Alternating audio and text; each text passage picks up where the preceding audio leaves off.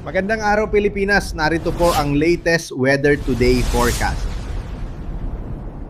Po muna tayo dito sa binabantayan nating bagyong si Ada mula sa nilabas nating Tropical Cyclone Bulletin. Itong si Ada ay nananatili sa Tropical Depression category at huling namataan kaninang 4 a.m. sa layong 675 kilometers east ng Kasiguran, Aurora. May taglay na lakas na hangin na 55 kilometers per hour at pagbugso na umaabot ng 70 kilometers per hour. Ito'y kumikilos eastward sa bilis na 20 kilometers per hour. May kita natin dito sa ating satellite imagery, wala na masyadong kaulapan itong dalatong si Ada kaya hindi na rin tayo nakakakita ng mga pag-ulan dulot netong si Bagyong Ada sa inuwang parte ng ating bansa.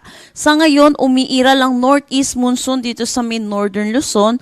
Dulot neto, makakaranas ng maulap na papawirin na may mahihinang pag-ulan dito sa Cagayan Valley at Cordillera Administrative Region. Para naman sa Ilocos Region at Central Luzon, makakaranas naman sila ng bahagya hanggang sa maulap na papawirin na may mga isolated light rains. At para sa Metro Manila at nalalabing bahagi ng ating bansa, posible tayong makaranas ng init at alinsangan, lalo na sa tanghali hanggang hapon na may mga tsansa po ng isolated rain showers at mga localized thunderstorm lalo na po sa hapon at sa gabi. Sa ngayon, dahil sa bugso netong northeast monsoon, makakaranas ng strong to gale force na hangin dito ngayong araw sa Batanes, Babuyan Islands, northern at eastern mainland ng Cagayan, eastern Isabela, Ilocos Norte, Ilocos Sur, Abra, Aurora, Calabarzon, Oriental Mindoro, Occidental Mindoro, Romblon, Marinduque, Bicol Region, northern Samar, eastern Samar at Dinagat Islands. At dahil nga po yung sinabi ko kanina, may bugso po tayong northeast monsoon na inaasahan. Kaya may kita din po natin, may mga areas na po tayong makakaranas, lalo na po dito sa Mindanao, ng malalakas na hangin dulot po ng northeast monsoon sa mga susunod na araw. At dahil po dito sa surge po ng northeast monsoon, meron na tayong nakataas na gale warning dito sa may Batanes at Babuyan Islands.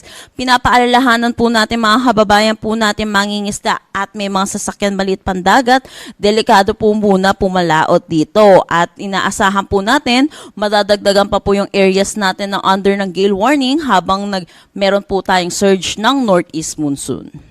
Para naman sa forecast track natin dito si Bagyong si Ada, bukas inaasahan natin hanggang umaga posible pa rin po siya isang ganap na tropical depression category. At pagdating po ng Wednesday ng hapon, ito po magda-downgrade na siya into a low pressure area at base na rin po dito sa ating track ay palayo na rin naman po ito ng kalupaan po natin. Kaya hindi na rin po natin inaasahan na magkakaranas pa po tayo ng mga pag-ulan dulot itong si Bagyong Ada at hindi na rin po natin nakikita ang pagtataas ng anumang tropical cyclone wind signal dulot kay Ada.